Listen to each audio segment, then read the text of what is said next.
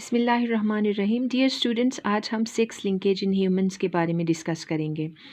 As we all know कि humans के अंदर बहुत सारे एक्स लिंक ट्रेट्स होते हैं, जिनमें कुछ रिसेसिव फॉर्म में होते हैं, कुछ डोमिनेंट एक्स लिंक यानी ट्रेट्स होते हैं। ठीक है, रिसेसिव के कुछ काइंड से हीमोफीलिया और कलर ब्लाइंडनेस। ठीक है, तो हमारे पास हीमोफीलिया और कलर ब्लाइंडनेस जो कि रिसेसिव है, जबकि हाइपोफॉस्फेटेमिक या विटामिन डी रेजिस्टेंट रिकेट्स कहते हैं। Hypophosphatemic rickets actually low level of phosphate हमारे ब्लड के अंदर जो है ना फॉस्फेट की मिकदार जो है ना कम होने की वजह से ये एक कंडीशन या एक डिसऑर्डर जो है ना विटामिन डी डिफिशिएंसी की वजह से होता है।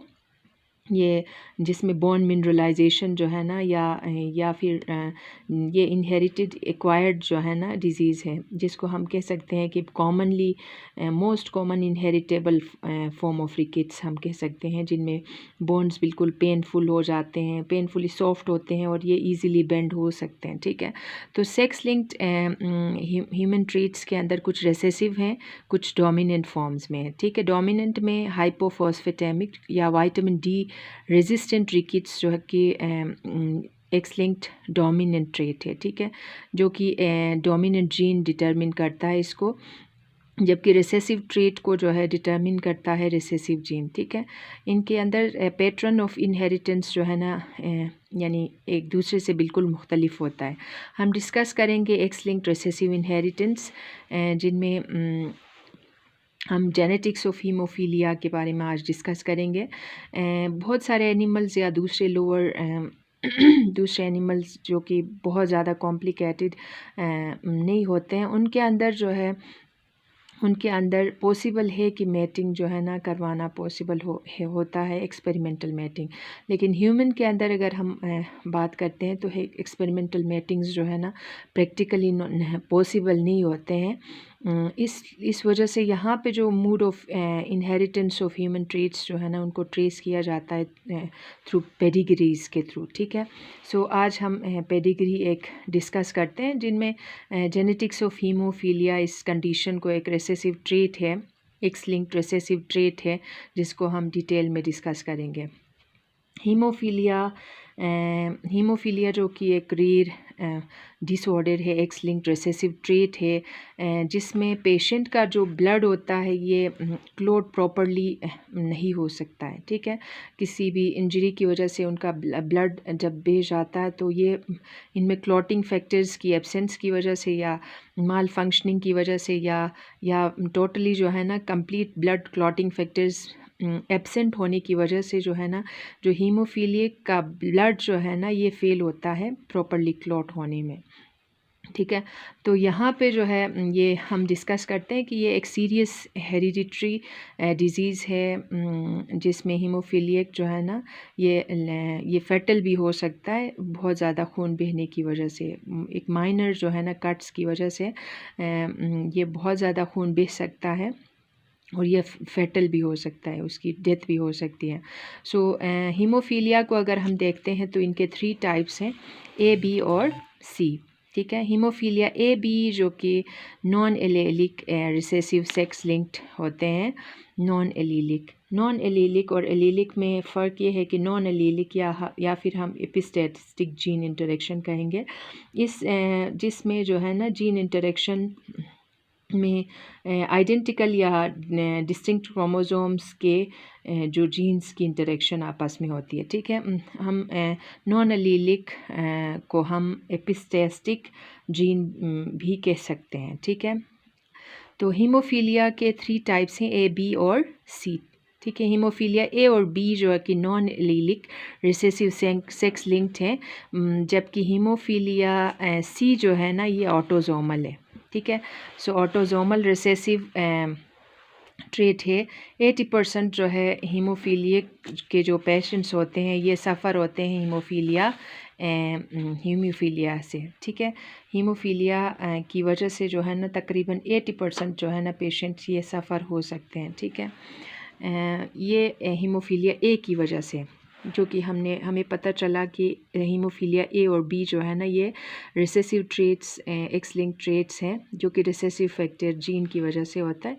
सो हीमोफीलिया ए जो होता है ये एक एबनॉर्मलिटी होती है फैक्टर 8 की जो है ना एबनॉर्मलिटी की वजह से। फैक्टर 8 हम डिस्कस करते चलें कि फैक्टर 8 जो कि एसेंशियल ब्लड क्लॉटिंग प्रोटीन्स होते हैं हमारे ब्लड के अंदर, जिनको हम एंटी हीमोफिलिक फैक्टर भी कहते हैं, ठीक है। जैसे फैक्टर 8 है, फैक्टर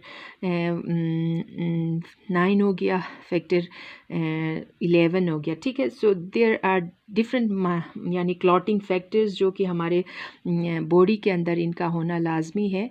अगर ये प्रॉपरली जो है ना ये फैक्टर्स अगर नहीं काम करेंगे या इनकी डिफिशियंसी होगी, सो ये पेशेंट को जो है ना ये अफेक्ट कर सकता है। तो हीमोफीलिया हम डिस्कस कर रहे थे कि हीमोफीलिया ए के अंदर जो है एबनॉर्मलिटी किसकी वजह से होता है, फैक्टर 8 की एबनॉर्मलिटी की वजह से, ठीक है। तकरीबन 20% जो है ना ये सफ़र होते हैं हीमोफीलिया बी की वजह से, जिसमें फैक्टर 9 जो है ना में डिस्टर्बेंस होने की वजह से, और तकरीबन 1% से कम जो है ना लोग हीमोफीलिया सी की वजह से जो है ये सफ़र होते हैं।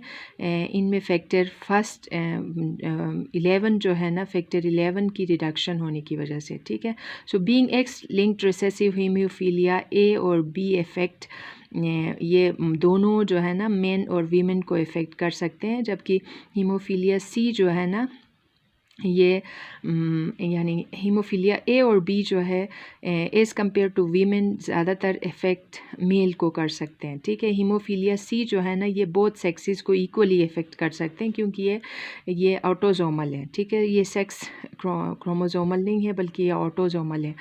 सो यहाँ पे चांसेस जो है ना मेन के यानी इफ़ेक्ट होने के चांसेस ए और बी में बहुत ज़्यादा होता है एज़ कम्पेयर टू वीमेन, ठीक है। तो वीमेन जो है ना सफ़र उस वक्त हो सकती है हीमोफीलिया ए और बी में जब वो होमोजाइगस कंडीशन में हो, तो ठीक है, जब वो फीमेल जो है होमोजाइगस हो रिसेसिव अलील के लिए, जबकि मैन जो है ना उनके पास एक ही रिसेसिव अलील होता है, तो वो उसके अंदर जो है ना ये ट्रेट जो है ना डिस्प्ले हो सकता है, ठीक है। हीमोफीलिया ए और बी जो है ना ये जिगजैग होते हैं, क्योंकि ये मैटरनल ग्रैंड पेरेंट्स से जो है थ्रू कैरियर डॉटर यानी ग्रैंड सन के अंदर ये मुंतकिल हो सकते हैं, ठीक है। यानी डायरेक्टली जो है ना ये फादर से सन या डॉटर के अंदर ये पास नहीं हो सकते हैं, बल्कि ये जिगजैग ये मैटरनल ग्रैंड फादर से कैरियर डॉटर के थ्रू जो है ना ग्रैंड सन में ये जा सकते हैं ये ऐसे ट्रेट्स। सो हम देखते हैं कि यूजुअली जीन जो कि नॉर्मल होता है हीमोफिलिक नहीं होता है, तो उसके लिए जीन को हम रिप्रेजेंट करते हैं कैपिटल एच से, जबकि हीमोफीलियक जीन को हम रिप्रेजेंट करते हैं स्मॉल एच से, ठीक है। सो जनरेशन 1 के अंदर एक पेडिग्री हम डिस्कस करेंगे कि जनरेशन 1 के अंदर एक मेन जो है ना ये जो कि हीमोफीलिया का पेशेंट था, तो वो उसकी शादी हो जाती है नॉर्मल वीमेन से, ठीक है। तो वो हीमोफीलियक जीन पास होता है उनके डॉटर में एक्स क्रोमोसोम की वजह से के ज़रिए से, ठीक है। सो वो हीमोफीलियक होता है तो डॉटर में ऑब्वियसली एक्स क्रोमोसोम फादर से ही जाएगा, और वो जो है ना he can not pass this gene to his son, ठीक है। सो एक्स क्रोमोसोम सन के अंदर नहीं जाएगा, तो अल्टीमेटली डॉटर ही सफ़र होगी। Because the son receives only Y chromosome from him, his daughter second generation में also receives another X but not with normal dominant allele from her mother, ठीक है। सो यहाँ पे जो है ना ये रिसेसिव जीन फादर से डॉटर के अंदर चला गया जो कि कैरियर के फॉर्म में, ठीक है।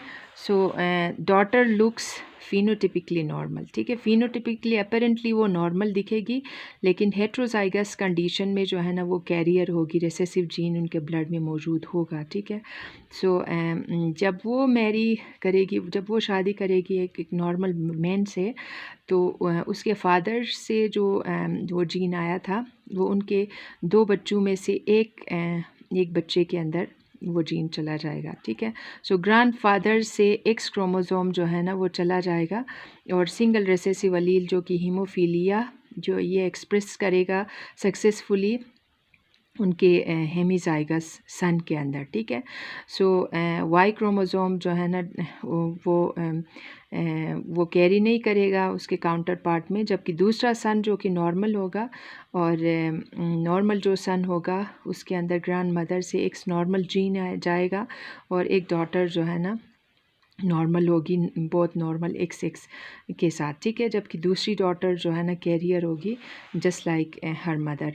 तो यहाँ पे इस पेडिग्री डायग्राम में देखें कि transmission of x linked recessive trait जो कि हीमोफीलिया ह्यूमन के अंदर किस तरह से ये ट्रांसमिट हो सकता है पेरेंट्स से बच्चों के अंदर।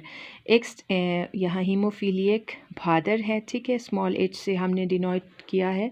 नॉर्मल मदर है, तो इनकी शादी हो गई, तो 2 बच्चे हैं, एक कैरियर डॉटर जो कि हीमोफिलिक बाप से जो है एक्स आया, नॉर्मल एक्स फीमेल से आया, मदर से आया, तो ये नॉर्मल सन नॉर्मल होगा, ठीक है। कैरियर डॉटर होगी, नॉर्मल जो है ना सन एक होगा क्योंकि यहाँ से एक्स क्रोमोसोम मदर से आया, फादर से एक्स ने नहीं आना है सन में, तो वाई क्रोमोसोम ही आएगा।